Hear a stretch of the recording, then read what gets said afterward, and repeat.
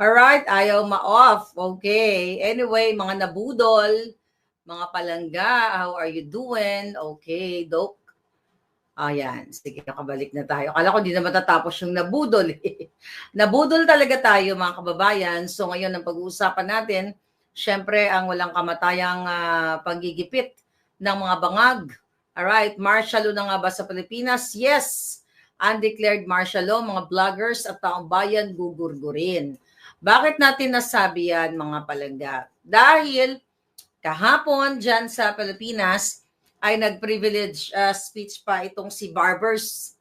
Alright? Si Barbers na kesyo ang mga vloggers like us and you, commenters, tinatawag tayong trolls. At tayo daw ay pinupondohan ng narco at ng pogo. Hi Zorro, how are you?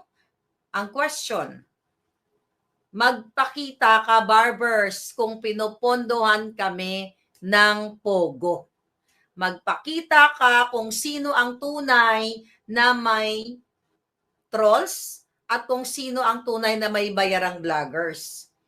Paulit-ulit kong sinabi sa inyo, 2 years ago, a year ago, kahapon, ng isang araw, at kayong mga WAD committee kayo ang may trolls, kayo ang gustong mag-control sa narrative. Diba sabi ko sa inyo mga palangga, mayroong, according to our source, 50 million ang binabudget ng gobyerno ng Presidential Communications sa kanilang mga trolls a month. At si Lisa Tanas, tignan niyo, kahit kayo mga dilawan pulawan, tignan niyo nagko-comment kay Lisa Tanas, puro trolls. At si Lisa pa lang, meron siya isang firm pa lang na binabayaran niya 5 million. Mag-comment lang sa kanyang mga posting na, ay Lisa Tanas, ang ano mo naman, ang wala na yung butod mo, yung mga ganon. Okay. Tignan lang natin ito. Bigyan ko kayo ng example bago natin durugin ng mga, sino ngayon ang narko? Okay, tignan na si Lisa Tanas. Tignan natin si Lisa Tanas kasi may bagong post siya siguro. Ito.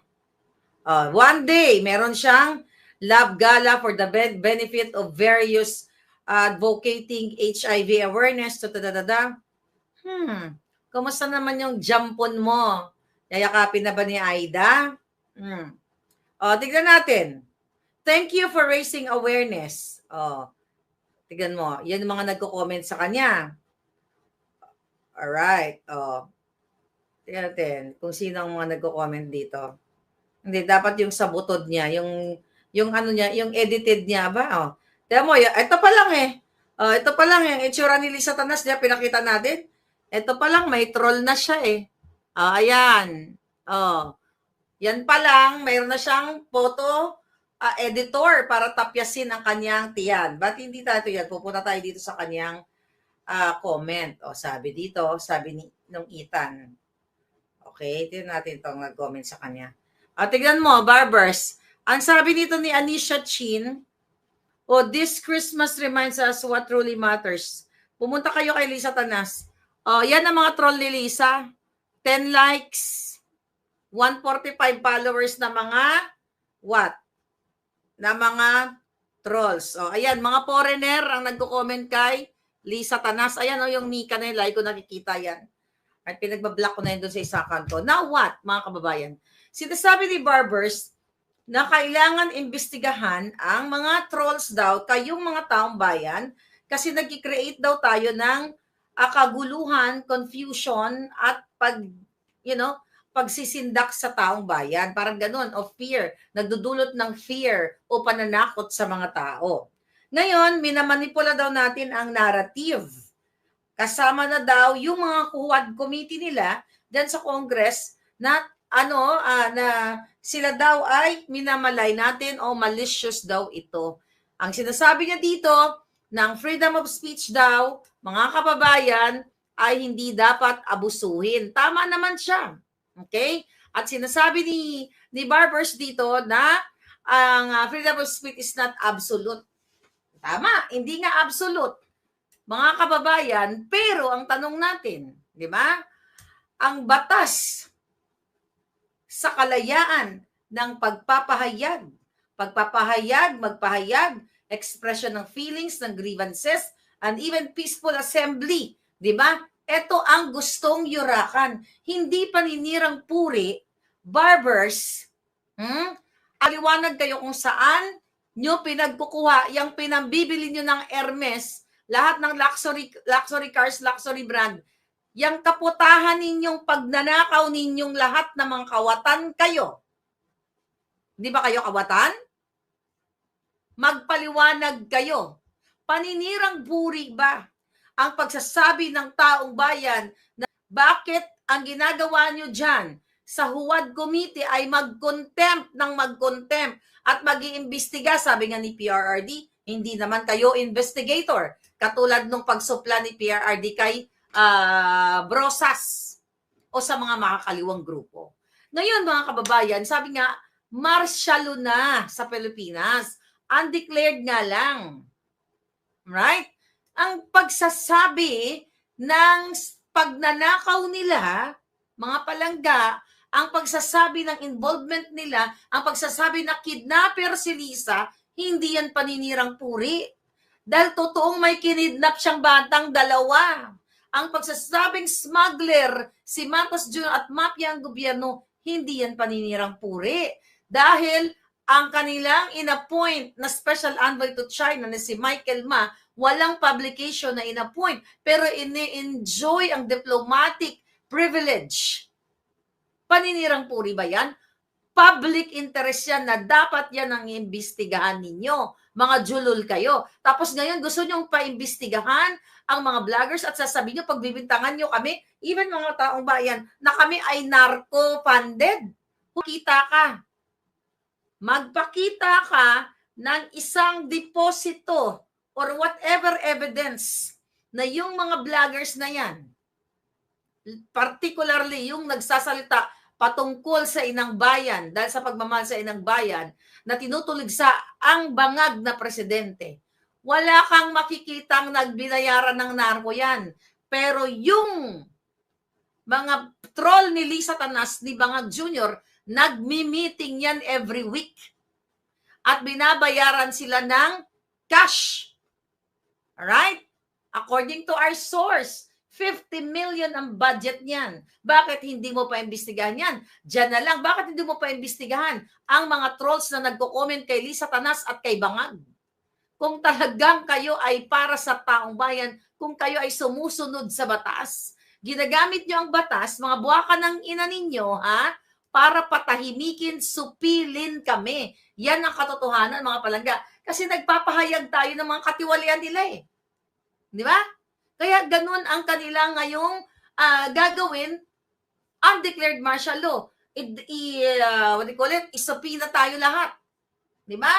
Sino ang tunay na sumasalungat sa batas ng Pilipinas? Hindi ba? Tapos kaming mga nagko-comment, kaming mga vloggers, pagbibintangan ninyo, ang aming, we are just expressing ang aming freedom of speech na tinatawag dahil constitutional yan.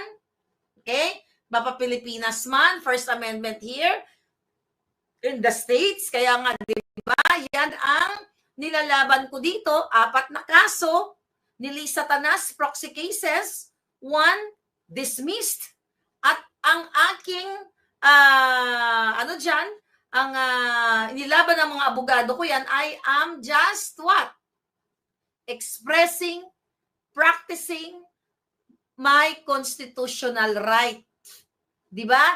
Bilang isang tao, bilang isang Pilipino man o Amerikano man na pinapahayag ang aking disgusto, ang aking grievances sa lahat ng mga kapagnanakaw ng gobyerno ni Bangag.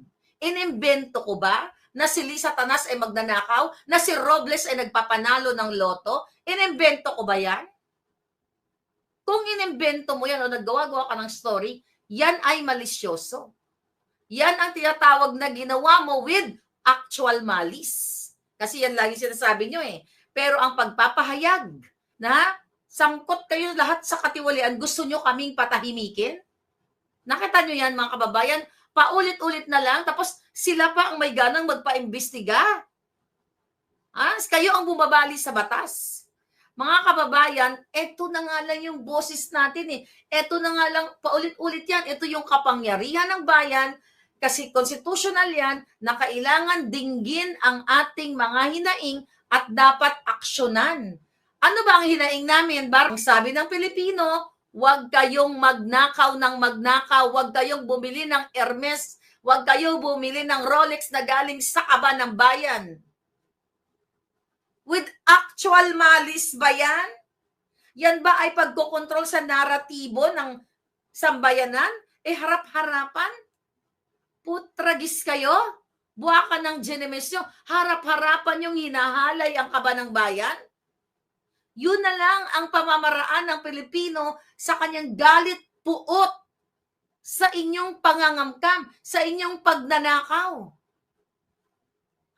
Dapat nga sa bawat pananalita ng Pilipino, maging accountable kayong mga hayop kayo, pero mga kababayan, wala na silang hiya.